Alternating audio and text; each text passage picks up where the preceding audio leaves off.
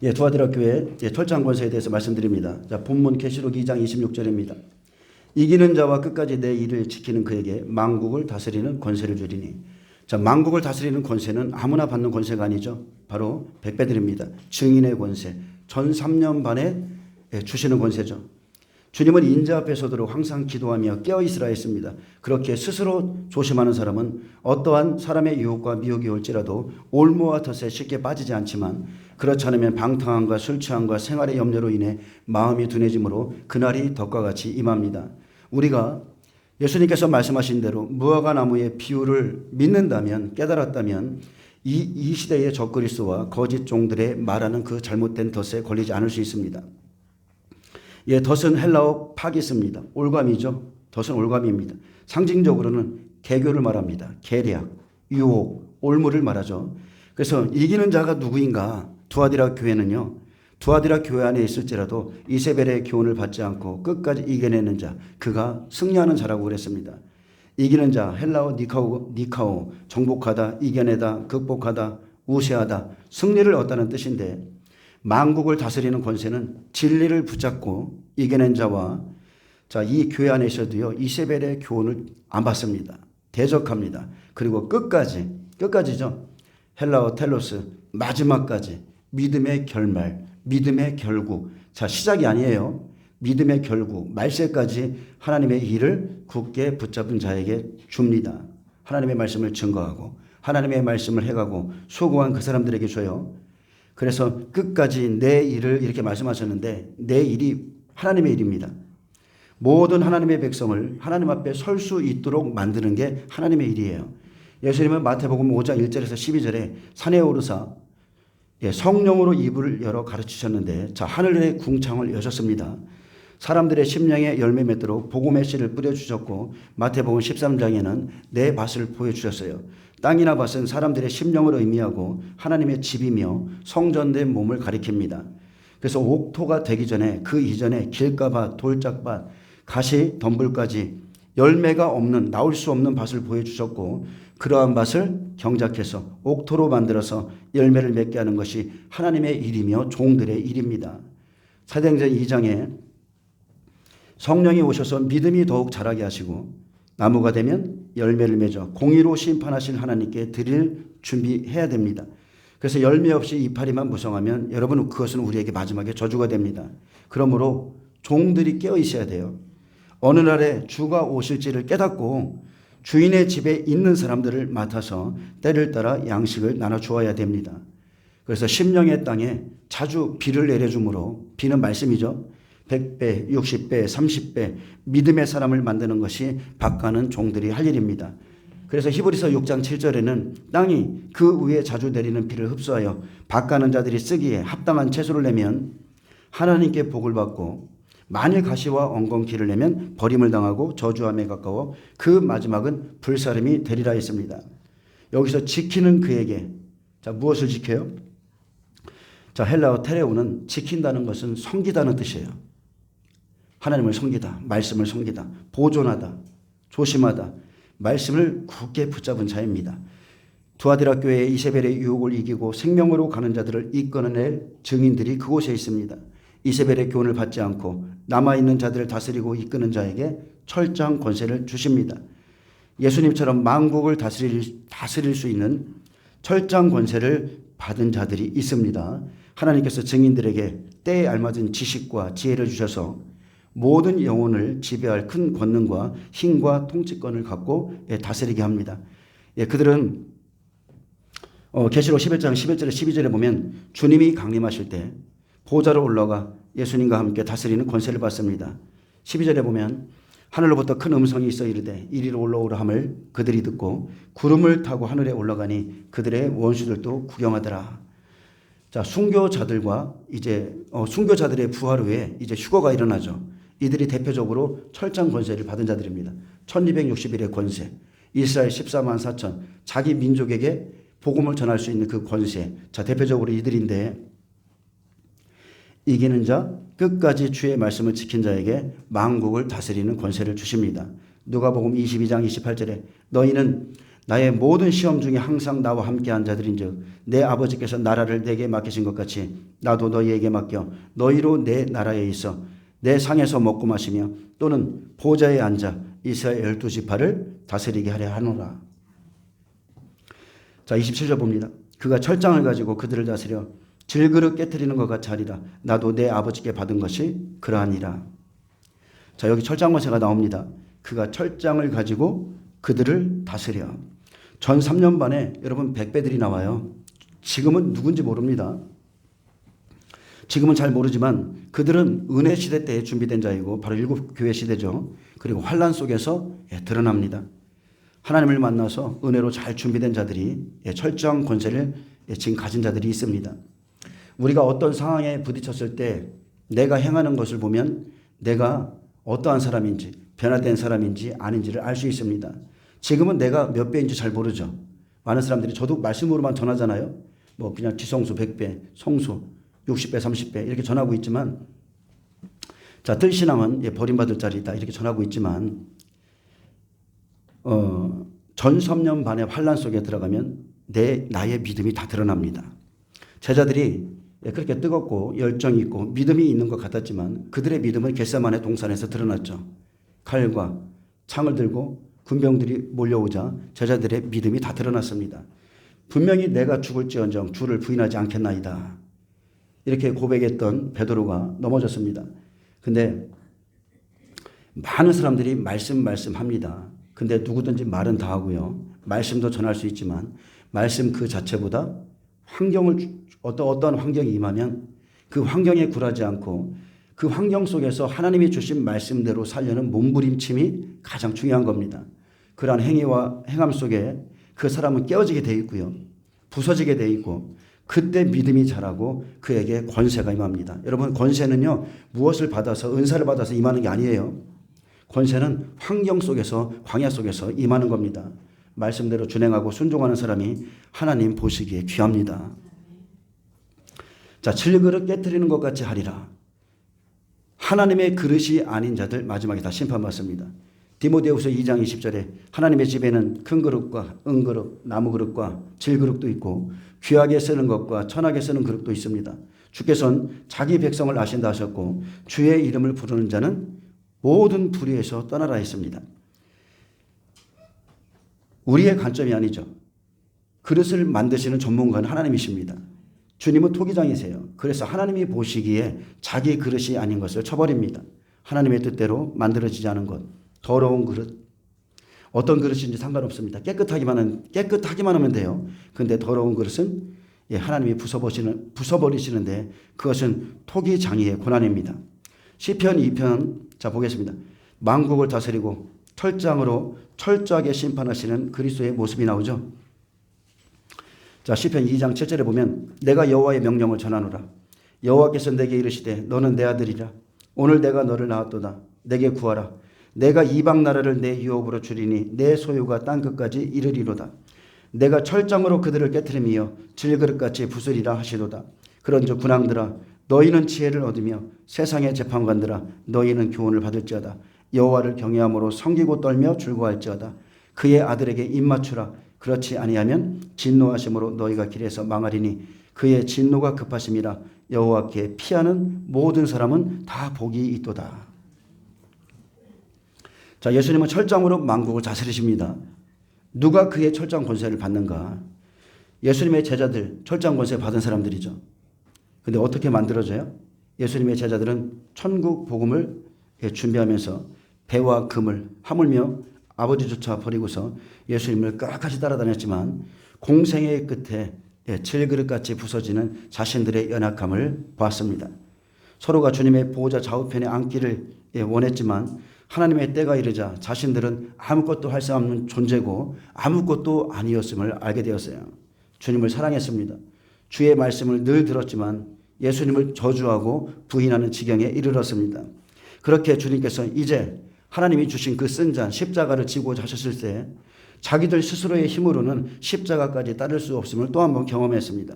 십자가의 쓴 잔 앞에서 자아의 죽음을 경험했고 그들이 겸손하게 되었으며 그리고 디베라 바닷가에서 다시 한번 용서를 받았을 때 주님이 원하시는 그릇, 그 금그릇이 되어 있었습니다. 근데 그들은 그것을 몰랐어요.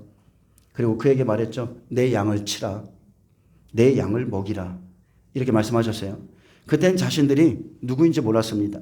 근데 사도행전에서 이제 성령을 받아라. 성령이 임하시자 그들 안에서 폭발적인 역사가 일어났습니다.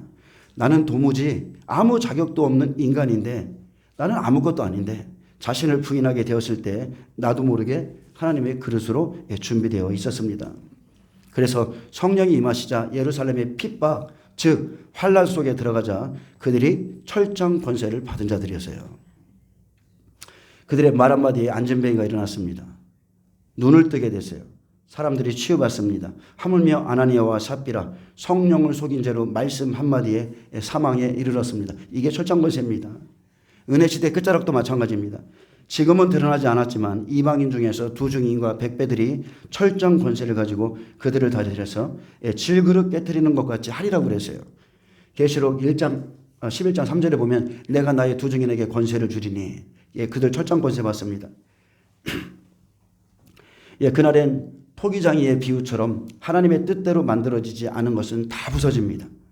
하나님의 그릇이 아닌 자들을 심판하는데 그들이 만국을 다스리는 철장 권세를 받아 다스리고 깨트리듯 두 가지의 사명이 있죠.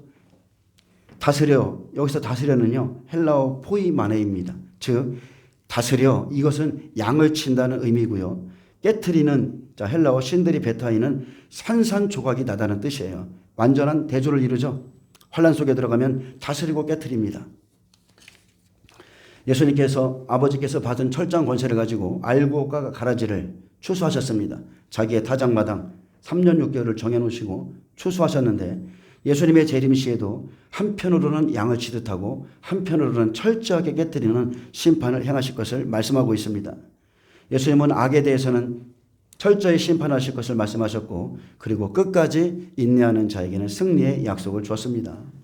예수님께서 십자가에서 죽으시고 부활하심으로 만국을 다스리는 절대적인 왕권을 받으셨기에 나도 내 아버지께 받은 것이 그러하니라 했습니다. 나도 내 아버지께 받은 것이 그러하다.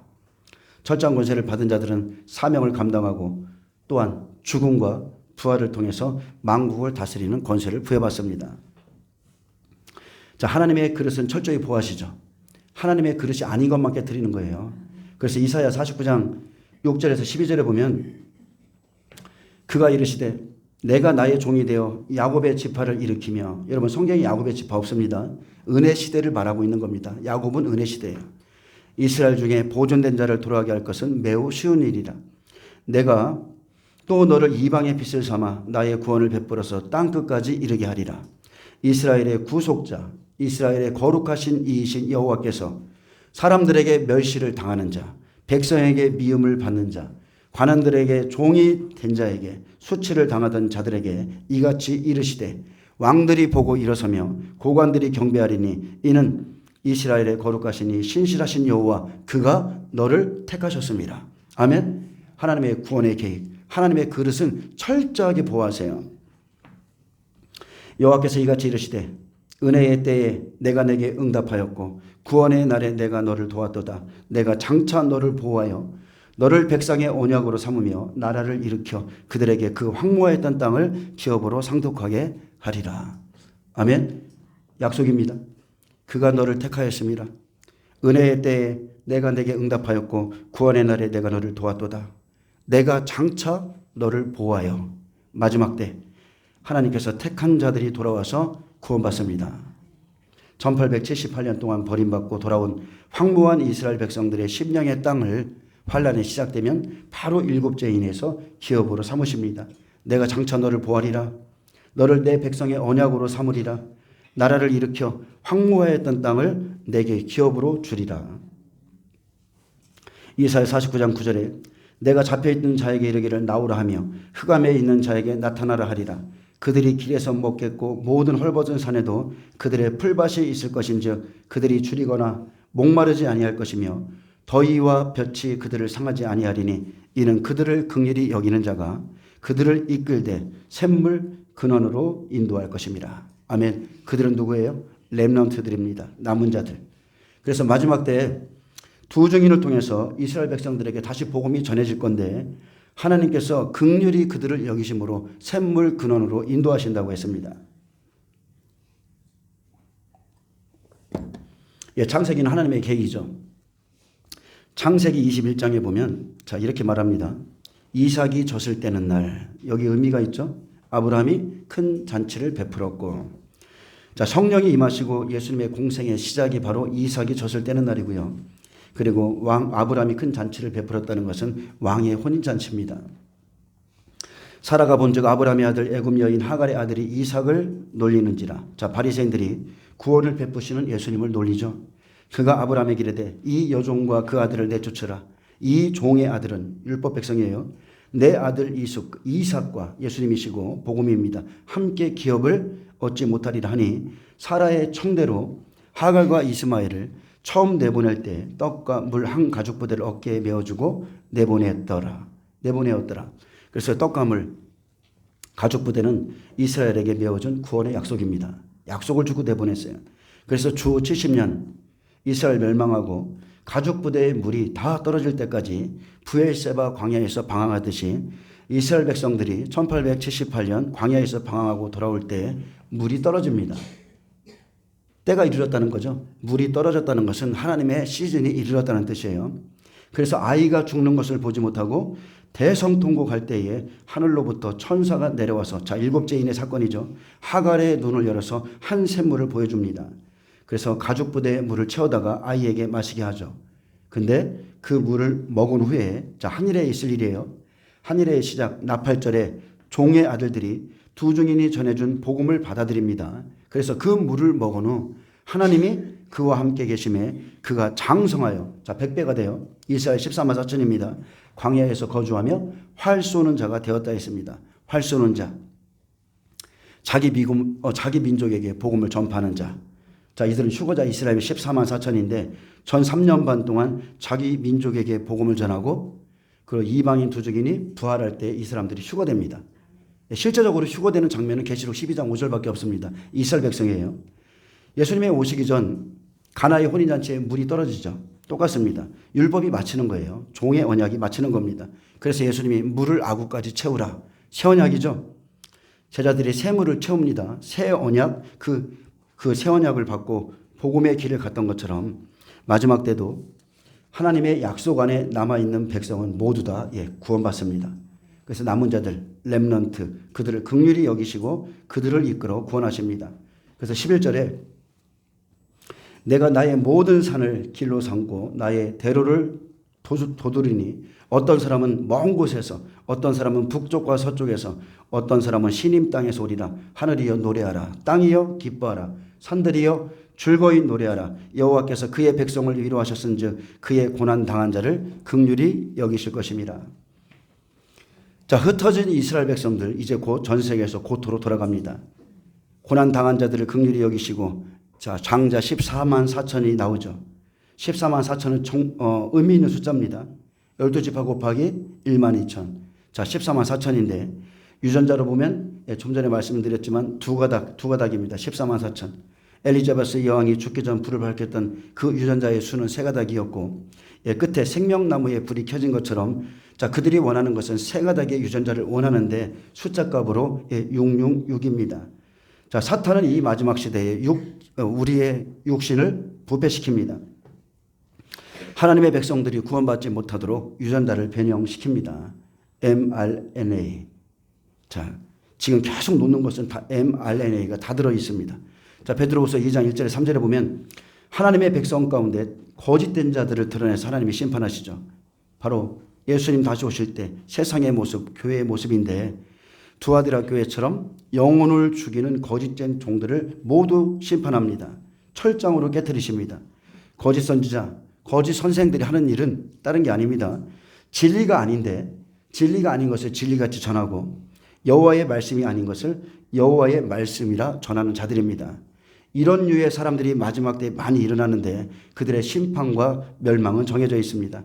베드로후서 2장 1절에 보면 그러나 백성 가운데 또한 거짓 선지자들이 일어나 나섰나니 이와 같이 너희 중에도 거짓 선생들이 있으리라. 그들은 멸망하게 할 이단을 가만히 끌어들여 자기들을 사신 주를 부인하고 임박한 멸망을 스스로 취하는 자들이라. 자, 이단은 다른 게 아닙니다. 우리는 마지막 때 지금 이렇게 지금 정해진 이단만 보고 있는데, 이단이라는 뜻은요, 지금 이렇게 사람들에게 드러난 이단만 아니라 기성교회 안에도 있어요.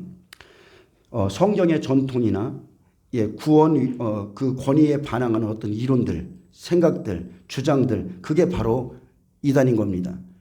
자기가 믿는 그 의에도 자기가 생각해서 믿는 그런 것들이 이단이라고 그래요. 그래서 우리가 7교회를 지금 살펴보고 있지만 에베소 교회 무엇에 치중했어요? 에베소 교회는 특별히 봉사에 치중했고 악한 사도들을 많이 드러냈지만 그들은 처음 사랑을 잃어버리게 했고, 버가모 교회는 발람과 니골라당의 교훈을 교회 안에서 전했으며 두아디라는 이세벨의 교훈을 따라 우상 숭배의 길로 가게 했다는 것. 이게 다 교회 안에 있는 거짓 선생들이 하는 일입니다. 그래서 2절에 보면 여럿이 그들의 호색하는 것을 따르니, 자, 호색이 뭡니까? 잘못된 성을 사랑하는 거죠. 그 잘못된 성을 사용하는 거예요. 그래서 하나님 외에 다른 신을 사랑하고 따르는 것을 비유로 말하는 겁니다. 이로 말미암아 진리의 도가 비방을 받을 것이요 그들이 탐심으로써 지어낸 말을 가지고 너희로 이득을 삼으니. 자, 우리가 분별해야 될 게 하나님의 진리의 말씀이냐 아니면 탐심으로 지어낸 말이냐 이거죠. 근데 탐심으로 지어낸 말은 하나님 말씀 아닙니다. 장로의 유전 그런 거 하나님 말씀 아니에요. 이것은 마음대로 예언하는 여자들의 예언과 같습니다. 마귀가 삼킬 자를 찾듯이 이들도 찾을 자를 찾아요. 아십니까? 탐심을 가진 자들을 찾아서 그들로 이득을 삼습니다. 골로새 3장 5절에 보면 탐심은 우상숭배입니다. 이들이 먹이를 찾듯이 영을 분별합니다. 넘어갈 자가 누군지 알아요. 삼킬 자를 찾습니다. 여러분, 사기치는 거 어떻게 칩니까? 서로가 맞아야 누군가는 당하고 누구는 치고 그래요. 맞아 떨어져야 칠 수 있는 거예요. 뺏으려는 욕심, 쉽게 돈 벌려는 욕심, 영은 같은 영을 끌어들이게 돼 있습니다. 그래서 끼리끼리 모이기 때문에 교회 안에서 영이 맞지 않으면 그냥 견딜 수가 없는 거예요. 말씀이 다르면 그의 아들에게 입을 맞추자고 그랬는데 그의 아들과 다른 말씀을 갖고 있으면 처음에는 교회 안에 앉아 있을 수 있지만 갈수록 견딜 수가 없는 겁니다. 신앙의 길과 목적이 다르면, 즉 말씀이 다르면 분쟁하다가 그냥 갈라집니다. 서로가 스스로 떨어져 나가게 돼 있어요. 하나님의 영과 세상의 영은 함께 할 수가 없는 겁니다. 탐심은 탐욕이죠. 욕심입니다. 사기며 강탈이에요. 자, 이득을 삼는다는 이 원문에 보면 장사하다 이렇게 해요. 성도들을 가지고 장사합니다. 매매합니다. 제품을 만들다 이런 뜻을 갖고 있습니다. 그래서 그들은 탐심으로써 지어낸 말을 가지고 너희로 성도들을 가지고 이득을 삼기에, 제품을 만들기에 넓고 큰 멸망의 문에는 너무나 많은 사람들이 몰려듭니다. 생명이 없는 교회에 여러분 더 많은 사람들이 모이는 겁니다. 그 이유는 내가 육으로 원하는 것을 채워주기 때문입니다. 많은 사람들 틈 속에서 자기를 숨기기에도 좋고 적합하기 때문에 사람들이 그냥 있는 거예요. 정말로 좁은 길로 들어가서 구원의 길을 찾고자 하는 사람들이 적습니다. 자, 그들의 심판은 예적부터 지체하지 아니하며 그들의 멸망은 잠들지 아니하느니라 했습니다. 틀림없이 이루신다고 그랬어요. 그래서 말세가 되면 순리대로 쓸 것을 버리고 잘못된 성욕을 쫓아 남자가 남자를, 여자가 여자를 호색하듯이 하나님 외에 다른 신을 사랑하게 될 것이고, 탐심을 가진 선생들은 성도들을 이득으로 삼지만 그들의 멸망은 정해져 있습니다. 로마서 8장 5절에 보면 육신의 사람과 영의 사람이 나오는데 육신의 생각은 사망이요 영의 생각은 생명과 평안이니라. 육신의 생각은 하나님과 원수가 되나니 이는 하나님의 법에 굴복하지 아니할 뿐 아니라 할 수도 없습니다. 육신에 있는 사람은 하나님의 법에 굴복할 수가 없어요. 육신에 있는 자들은 하나님을 기쁘시게 할 수 없느니라. 만일 너희 속에 하나님의 영이 거하시면 너희가 육신에 있지 아니하고 영에 있나니 누구든지 그리스도의 영이 없으면 그리스도의 사람이 아니니라. 또 고린도전서 2장 14절에 보면 육에 속한 사람은 성령의 일들을 받지 아니하나니 이는 그것들이 그에게는 어리석게 보임이요 또 그는 그것들을 알 수도 없나니 그러한 일은 영적으로 분별되기 때문이라. 여러분, 영적인 것은 다 영적으로만 분별할 수가 있는 겁니다. 마지막 때 교회의 모습은요, 초림 때와 똑같습니다. 생명이 있는 제자들은 세례 요한을 따랐고 예수님을 따랐습니다. 하지만 예루살렘의 종교 지도자들은 헤롯과 함께했고 가이사를 왕으로 섬겼습니다. 종이나 성도가 원하는 것이 같으면 함께 모일 수밖에 없어요. 제가 모르고 어느 교회에 가서 앉아 있다가 보면 그가 원하는 것과 내가 원하는 것이 틀리면 제가 나올 수밖에 없는 거예요. 예수님은 예루살렘 성전에 채찍을 휘두르실 만큼 불편해했습니다. 2번이나 그러셨어요. 그들의 예배를 볼 수 없었고 그들의 행위를 못마땅히 했으며 그들의 영은 불평 그 자체였어요. 여러분, 영이 민감해지고 여러분이 기도를 계속 하시고 여러분이 영의 사람이 되면 여러분이 갈 자리 안 갈 자리가 분별됩니다. 여러분, 대형 슈퍼마켓, 마트, 아니면 어디 사람들이 많이 모이는 그런 장소에 한번 가보세요. 내 영이 불편해서 못 견디는 거예요. 그러면 구별되기 시작합니다. 사기는 사기치는 자의 뺏으려는 욕심, 그리고 사기 당하는 자의 쉽게 돈 벌려는 욕심이 맞아 떨어져야 하듯이 영적으로도 서로가 원하는 것을 따릅니다. 영적인 것을 끌어들이기에 교회는 앞으로도 더 갈라질 것이고 끼리끼리 모이게 됩니다. 같은 영을 가진 사람들이 모이는 거예요. 같은 영, 같은 말씀, 같은 그 예수를 믿는 사람들이 모이게 돼 있습니다. 어느 시대든지 넓은 길로 가고자 하는 사람들이 많았듯이 생명이 있는 곳보다 생명 없는 곳에 사람이 더 많습니다. 생명은 생명을 이끌어드리고 사망도 사망을 이끌어드립니다. 초림 때의 사도계파는 부활이 없다 믿었고 로마에 얹혀 정치에 발을 담그고 있었습니다.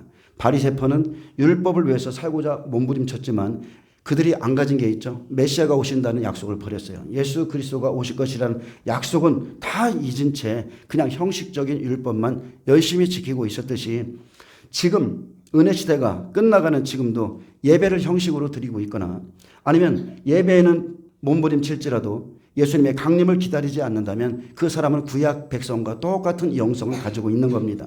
여러분, 신랑을 기다리지 않는 신부는 없어요. 언제 오실는지 찾아보게 돼 있습니다. 너희가 천지의 기상은 분별하면서 이 세대를 분별하지 못하느냐? 예수님이 오실 때를 모르고 그냥 오늘 예배 드린 것으로 위로 삼고 성전에 점 있는 양들 막 이런 것들이 가득해도 그냥 늘상 있는 일이야. 그래서 불편하지 않다면 나도 같은 사람이 돼 있는 거예요. 불편해야 돼요. 잘못된 예배를 보면 불편해야 되고 하나님을 영화롭게 섬기지 않는 것을 보면 내 마음이 아파야 되고 예배 가운데 하나님의 임재가 안 내려오면 정말로 미칠 정도로 괴로워야 돼요. 아멘. 내가 주님을 위해서 헌신하지 않아도 되는 예배, 희생 제물까지 다 준비된 오늘날의 교회 시스템과 똑같습니다. 그냥 가면 돼요. 내가 아무것도 안 해도 되기에 성전에 가면 그냥 다 인정받습니다. 그냥 도장을 찍어두시지 와서 이렇게 인정해줘요. 하나님께 나를 드리고 하나님 앞에 헌신하는 예배가 아니라 잠시 앉았다 위로받고 오는 예배를 드리고 있다면 여러분 다 바뀌시길 바랍니다. 일주간 여러분의 몸을 살아있는 제물로 잘 준비하셔서 하나님께 드리면 여러분 불이 내려와요. 불이 내려오면 바뀝니다. 로마서 12장 1절에 그러므로 형제들아 내가 하나님의 모든 자비하심으로 너희를 권하노니 너희 몸을 하나님이 기뻐하시는 산제물로 드리라. 예수 안에서 죽은 몸, 내 자아가 죽은 몸 산제물로 드리라. 이는 너희가 드릴 영적 예배니라. 너희가 이 세대를 본받지 말고 오직 마음을 새롭게 함으로 변화를 받아 하나님의 선하시고 기뻐하시고 온전하신 뜻이 무엇인지 분별하도록 하라. 내 몸이 산제물로 드려지지 않으면 가슴을 치는 은혜 못 받습니다. 회개가 안 터져요. 회개가 터지는 은혜 절대 못 받습니다. 하나님의 뜨거운 불이 내 안에 임하지 않아요. 불이 안 내려오는 것은 다른 게 아니죠. 850대 1 갈멜산의 영적 전투 재물의 문제였어요. 재물. 내 몸의 문제입니다. 이제 지금은 개척교회는 성도들이 와서 예배를 드려주는 것에 감사해야 되는 시대가 되었고 어떤 성도들은 대형교회 앞에서는 말조차 못하면서 개척교회 목사를 하나님의 종으로 보지 않고 그냥 동급으로 생각해서 말씀을 듣고 찔림을 받고 회개하는 것이 아니라 오히려 주의 종에게 회개하라고 말하는 사람들이 많이 있습니다. 저도 지금 몇 번 들었어요. 우리 교회 왔다 간 사람들. 회개하라 목사님한테. 이게 내 마음에 안 듭니다. 이게 내 마음에 안 듭니다. 이리저리 돌아다니면서 참으로 기가 막힌 신앙생활을 합니다. 누가 가증한 자입니까? 성경을 보면 하나님을 시인하나 행위로는 주를 부인하는 자가 하나님이 보시기에 가증하다고 그랬어요. 디도서 1장 16절에 보면 그들이 하나님을 시인하나 행위로는 부인하니 가증한 자요 복종하지 아니하는 자요 모든 선한 일을 버리는 자니라. 입으로는 하나님을 시인해도 행위로는 부인하며 복종하지 아니하고 모든 선한 일을 버리는 자이기에 가증한 자다. 이렇게 말했습니다. 어떤 분이 말하기를 자기가 아는 목사님이 있대요. 예수님을 말할 때는 얼굴에 화색이 돌고 열변을 토하는데 그 목사님이 하는 짓을 보면 어떻게 예수를 믿겠느냐 이렇게 말합니다. 실제 제가 들은 말입니다. 그래서 그리스도인들은 말이 아니라 오직 행함과 말씀의 복종함으로 열매를 맺어야 됩니다. 세상의 지식 엄청 많죠. 지금 우리는 그냥 무슨 지식이든지 다 받아들일 수 있는 시대에 살고 있어요. 그래서 세상의 지식, 지혜, 부와 능력은 영적인 열매가 아닙니다. 육신의 여심도 마찬가지입니다. 길가밭, 돌밭, 가시밭은 오직 말씀으로, 기도로 갈아엎어야 옥토의 심령이 되는 겁니다. 여러분, 말씀에 순종하는 자가 진짜입니다. 우리가 하나님 앞에 주님이 오실 때에 말씀과 기도로 거룩함을 입은 자만이 그분이 우리를 받으세요. 성령의 열매는 세상의 지식을 취해서 되는 게 아니라 오직 영적인 것으로 예수 그리스도 안에서 영적인 열매를 맺는 겁니다. 갈라디아서 5장 22절 오직 성령의 열매는 사랑과 희락과 화평과 오래 참음과 자비와 양성과 충성과 온유와 절제니 다 영적인 거예요. 다 영적인 겁니다. 그래서 가시덩굴들은요 하나님을 시인합니다. 근데 그들의 신앙생활은 늘 자기 중심적 신앙이고 자기 계획대로 다 합니다. 여러분 다 갈아엎어야 돼요. 완전히 자아가 깨져야 됩니다. 특히나 말세에는 세상의 염려와 재물의 유혹에 말씀이 막히지 않도록 자기 심령을 계속 갈아엎어야 옥토가 되어서 아름다운 열매를 맺을 수가 있습니다. 여러분 가을에 출수하는 모든 열매 한번 생각해 보세요. 농사를 짓기 전에는 잘 모릅니다. 근데 가을에 출수하는 모든 열매는 하나님께서 허락하신 모든 계절의 고난을 인내로 견딜 시간이 있었다는 거. 아멘. 모든 계절을 견뎠어요. 행위와 복종 모든 선한 일을 하며 견딘 시간이 있었기에 열매다운 열매를 맺는 겁니다. 주님이 철장 권세에 대해서 말씀했습니다. 나도 내 아버지께 받은 것이 그러하다. 예수님은 철장 권세에 대해서 내 아버지께 받은 것이 그러하다 했습니다. 그리고 그 권세는 누구에게 줍니까? 왕 같은 제사장들에게 주시죠. 위임하는 겁니다. 백배들. 우리가 베드로전서 2장 9절을 말합니다. 너희는 택하신 족속이요 왕 같은 제사장들이요 거룩한 나라요 그의 소유가 된 백성이니. 자 이렇게 말씀을 했어요. 나는 왕 같은 제사장이다. 우리는 쉽게 말할 수 있지만 왕 같은 제사장처럼 준비된 자가 철장 권세를 받는 겁니다. 시편 2장 7절에 내가 여호와의 명령을 전하노라. 여호와께서 내게 이르시되 너는 내 아들이라. 오늘 내가 너를 낳았도다. 내게 구하라. 내가 이방 나라를 내 유업으로 주리니 내 소유가 땅끝까지 이르리로다. 내가 철장으로 그들을 깨트리며 질그릇같이 부수리라 하시도다. 시편 2장은요 예수님 초림 때의 사역과 일을 기록해 놨습니다. 초림 예수님 오실 때의 모습인데 오셔서 그분이 깨트리셨고 양을 치셨죠. 아니 깨트리시고 부서뜨렸어요. 그리고 인도했습니다. 그리고 예수님 다시 오실 때 똑같은 일이 일어납니다. 율법 시대의 끝에 일어난 일은 은혜 시대의 끝에도 일어납니다. 율법 아래 있었던 자들 율법을 가지고 있었어요. 어떻게 그들이 생명을 준비하고 있었는가 예수님이 타정과정을 정하셨고 저와 여러분은 지금 복음 가지고 있습니다. 복음 가지고 예수님 오시기 전까지 과연 말씀대로 어떻게 준비했는지를 그날에 보십니다. 그래서 예수님 오시기 전에 우리가 해야 될 일은 다른 게 아닙니다. 신부단장. 반드시 옛사람을 버리고 육의 사람 벗으셔야 돼요. 새 사람을 입어야 됩니다. 에베소서 5장 22절에 너희는 유혹의 욕심을 따라 썩어져가는 구습을 따르는 옛사람을 벗어버리고 오직 너희 심령이 새롭게 되어 하나님을 따라 의와 진리의 거룩함으로 지으심을 받은 새 사람을 입으라. 에베소서 5장 26절에 이는 곧 물로 씻어 말씀으로 깨끗하게 하사. 자, 두 가지밖에 없습니다. 거룩하게 하시고 자기 앞에 영광스러운 교회를 세우사. 자, 신부들이죠. 티나 주름 잡힌 것이나 이런 것들이 없이 거룩하고 흠이 없게 하려 하심이라. 영광스러운 신부가 되기 위해서는 옛사람을 벗고 티나 주름 잡힌 것이나 흠 없이 거룩함으로 지은 새 사람을 입어야 됩니다. 신부단장은 영적인 일입니다. 여러분 물로 씻어야 돼요. 말씀으로 깨끗하게 해야 됩니다. 의와 진리의 거룩함으로 입는 겁니다. 이 영적인 단장이요 쉬운 게 아니에요. 막 돌아다니고 무슨 일을 하고 해서 절대 안 입혀져요 이거. 에베소 4장 1절 3절에 보면 너희가 부르심을 받은 일에 합당하게 행하여 모든 겸손과 온유로 하고 오래 참음으로 사랑 가운데서 서로 용납하고 평안에 매는 줄로 성령이 하나 되게 하신 것을 힘써 지키라. 베드로후서 3장 13절에 우리는 그의 약속대로 의가 있는 새 하늘과 새 땅을 바라보도다.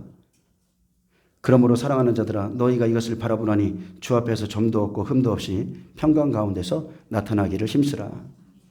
자, 이스라엘 백성 중에 신실한 사람들은 율법을 가지고 의롭게 살려고 했습니다. 그들이 주 앞에 서기 위해서 흠과 점을 제하고 육체의 겉사람을 벗고자 노력했다면 자, 복음을 받은 우리, 성령 안에 있는 우리는 어떻게 해야 되는가? 우리는 우리를 깨끗게 단장시키는 성령님의 도우심을 날마다 받아야 됩니다. 예수님의 말씀대로 살기 위해서는 우리 힘 안 돼요. 반드시 성령 충만함이 있어야 됩니다. 에베소 5장 16절은 말합니다. 세월을 아끼라. 때가 악하니라. 그러므로 어리석은 자가 되지 말고 오직 주의 뜻이 무엇인가 이해하라. 술 취하지 말라. 이는 방탕한 것이니 오직입니다. 오직 성령으로 충만함을 받으라. 자, 율법이 죄의 열매를 통해서 밖으로 나타났다면 복음은 마음에서부터라고 그랬어요. 생명도 탐심도 다 마음속에 있습니다. 그래서 마음에서부터 죄의 싹을 잘라야 되는데 성령님만이 가능하게 하시죠. 악한 마음, 악한 생각, 마음에서 나오는 것들은 다 죄인데 성령님이 말씀이 우리를 도우시는 겁니다. 그래서 성령의 충만함은 우리 마음에 죄가 거할 수 없도록 빛 가운데 거하게 합니다. 만약 내 속에 탐심이 부추긴다면 성령님께서는 우리로 기독케 합니다. 기독케 함으로 죄를 잘라내서 아예 열매를 맺지 못하고 싹 미리 깨끗게 하시는 거예요. 잘라버리는 거예요. 오직 성령으로 충만함을 받으라. 어떻게 받아요? 기도함으로 성령 충만 받고 기도함으로 죄가 열매 맺지 못합니다. 죄가 요동할 때 회개하면 속에서 없어지지만 회개하지 않아서 계속 그렇게 살아가면 겉으로 나타난 그의 드러난 행위는 반드시 심판받습니다. 바울은 로마서 7장에 자기 안에 두 법이 있다고 그랬어요. 자기 지체 안에서 일어나는 육신의 법과 하나님의 법 사이에서 괴로워했습니다. 내 속사람으로는 하나님의 법을 즐거워하되 내 지체 속에서 한 다른 법이 내 마음의 법과 싸워 내 지체 속에 있는 죄의 법으로 나를 사로잡는 것을 보는도다. 오라 나는 공고한 사람이로다. 이 사망의 몸에서 누가 나를 건져내랴. 여러분 성령 받은 사람들의 근심인 거예요. 성령 받은 사람들의. 성령을 안 받으면 이 근심 없습니다. 우리 주 예수 그리스도로 말미암아 하나님께 감사하리로다. 그런즉 내 자신이 마음으로는 하나님의 법을 육신으로는 죄의 법을 섬기노라. 마음과 육신. 우리는 어떤 법을 섬기고 있습니까? 그리고 로마서 8장에 그리스도 예수 안에 있는 자에게는 생명의 성령의 법이 역사한다고 그랬어요. 그래서 죄와 사망의 법에서 너를 해방하였음이라 선포했습니다. 이제 이 말의 의미는 뭐냐면 율법이 육신으로 말미암아 연약하여 할 수 없다. 이 말을 그치게 했다는 거예요. 우리로 하여금 핑계하지 못하겠다는 거예요. 또 다른 보혜사 성령님을 육신을 이길 수 있는 그 힘과 능력을 너희에게 부여했는데 너희 스스로가 성령님께 다가가지 않았다는 거예요. 우리가 할 수 없는 것 하나님이 하십니다. 연약하여 할 수 없는 그것을 하나님이 하시나니 육신을 따르지 않고 영을 따라 행하는 우리에게 율법의 요구가 이루어지게 하려 하심이라. 행한다는 것은 살다는 뜻입니다. 그와 함께 처신한다는 뜻이에요. 만일 너희 속에 하나님의 영이 거하시면 너희가 육신에 있지 아니하고 영에 있나니 누구든지 그리스도의 영이 없으면 그리스도의 사람이 아니라 무릇 하나님의 영으로 인도함을 받는 사람은 곧 하나님의 아들이라. 아멘. 가장 간단하죠. 우리가 하나님의 영으로 인도함을 받으면 하나님의 아들, 딸이 되는 겁니다. 성령이 친히 우리의 영과 더불어 우리가 하나님의 자녀인 것을 증명하고 있습니다. 성령은 우리가 할 수 없는 일을 이루시고 이것은 우리가 예수님보다 더 큰 일을 할 수도 있고 우리를 대적할 자가 없다는 뜻이기도 합니다. 그래서 성령 안에서 끝까지 나를 다스리지 못하면 나는 아무것도 다스리지 못하는 존재가 됩니다. 내 자신, 내 가정, 교회 아무것도 못해요. 사람과 사람 사이에는 모든 이유가 있습니다. 그러나 끝날에는 추수하는 날에 하나님 앞에서는 이유가 없다는 것. 하나님은 우리가 오래 참고 인내함으로 맺은 열매를 내놓기를 원합니다. 이기는 자 아무나 되는 게 아니에요. 이기는 자가 되기 위해서는 여러분 인내가 필요합니다. 인내. 율법이 말씀을 가지고 자기의 힘으로 지키는 것이라면 복음은 완전히 반대입니다. 자기 고집을 날마다 버리는 거예요. 그리고 오직 성령의 인도를 받아 기도함으로 열매 맺습니다. 이게 율법과 복음의 차이입니다. 율법은 내 힘으로 내 손으로, 복음은 오직 성령님께서 하시도록 나를 내어드리는 것. 자, 이제 말씀을 맺겠습니다. 철저한 권세는 피웁니다. 여기까지 하겠습니다. 철저한 권세. 두 번째 시간은 좀 오해하겠습니다. 그래서 여러분 우리가 성령 안에 계셔야 돼요. 성령 안에 있으면 성령이 계시해 주시죠. 지혜와 계시의 영이죠. 그분은 모략과 권능의 영이죠. 여호와를 경외하는 영이시죠. 성령 안에 있으면 이 마지막 시대를 분별할 수가 있고 사람들에게 어떤 그 사탄의 계략에 쉽게 넘어가지가 않습니다. 성령 충만함에 있으면 무언가 불편하고 무언가 어둠이 속해 있는 일들은 안에서 걸림이 있어요. 그래서 자세히 살펴보게 돼 있습니다. 앞으로 이제 올 한 해 여러분 더욱더 주님을 의지하시고 기도함으로 성령 받고 기도함으로 주의 뜻을 이루시기를 축복합니다. 기도하겠습니다. 주님 감사합니다. 이 마지막 시대에 이제 적그리스도가 세워질 이때에 나타나는 모든 현상들을 성경의 말씀으로 비추어 보아서 우리가 무엇을 행하고 무엇을 준비하며 어떻게 영적으로 단장되어야 되는지를 깨달아 알게 하여 주옵소서. 그 일을 위해서 더욱더 육신의 일보다 영의 일을 위해서 더욱더 힘쓰는 저희가 되게 하여 주옵소서. 감사하며 예수님의 이름으로 기도합니다. 아멘. 하나님께 영광 박수를 드립니다.